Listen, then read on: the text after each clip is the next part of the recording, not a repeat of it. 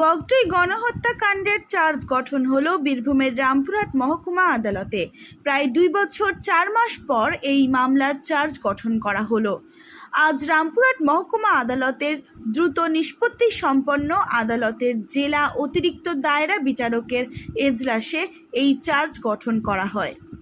পাশাপাশি এই মামলায় আগামী 12 ও 13ই আগস্ট সাক্ষ্য গ্রহণ ও প্রমাণের দিনও ধার্য করছে আদালত। এদিনের চার্জ গঠনের সময় উপস্থিত ছিলেন সিবিআই এর আইনজীবী পার্থ তপশ্রী। সবার এগেনস্টে চার্জ গঠিত করা, ইনক্লুডিং আনারুল হোসেন আর 22 জনের এগেনস্টে চার্জ। কি সেকশন দেওয়া ছিল তাদের বিরুদ্ধে? Section 120B, 109, explosive substance act, murder, attempt to murder, ঘর বাড়ি পুড়িয়ে দেওয়া, নানা রকম। কতজন ছিলেন আজকে আসামি? আজকে 23 জন আসামি প্রেজেন্ট। চার্জ গঠন কি সম্পূর্ণ হয়েছে? সম্পূর্ণ হয়েছে। এবার সাক্ষর জন্য ডেট হচ্ছে 12 আর 13 আগস্ট। 2022 সালের 21শে মার্চ তৃণমূল কংগ্রেসের উপপ্রধান ভাদু শেখকে গুলি করে ও বোমা মেরে খুন করা হয়।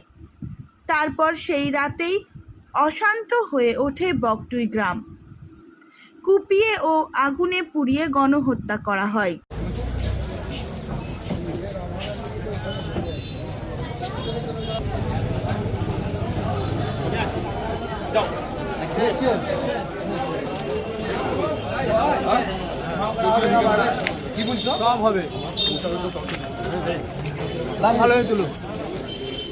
আজকে কি দিন ছিল? আজকে চার্জের জন্য learned court date fix up করেছিলেন টোটাল 23 জন অ্যাকিউজডের মধ্যে।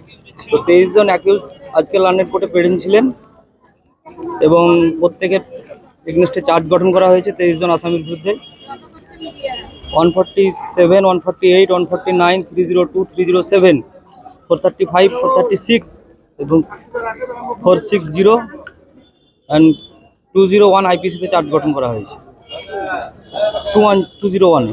আর পরবর্তীকালে সাপ্লিমেন্টারি চার্জশিটে 3 এক্সপ্লোসিভ সাবস্টেন্স অ্যাক্ট অ্যাড হয়েছিল। সমস্ত সেকশনেই আসামিদের বিরুদ্ধে আজকে চার্জ গঠন করা হয়েছে।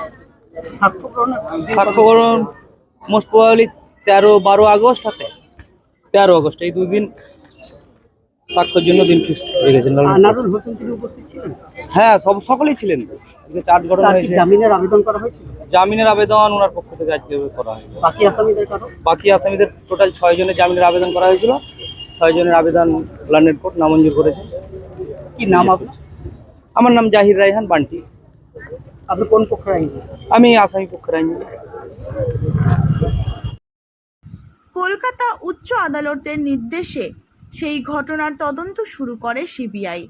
এই ঘটনায় 2 নাবালক সহ 26 জনকে গ্রেপ্তার করে তাদের বিরুদ্ধে মামলা দায়ের করে। মামলা চলাকালীন 2 নাবালক জামিন পায়। লালন শেখ নামে এক অভিযুক্ত ক্যান্সার আক্রান্ত হয়ে মারা যান।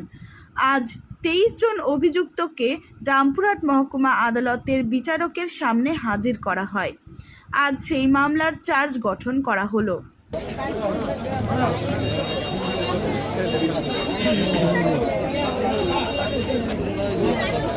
আনারুল দা শরীর কেমন আছে?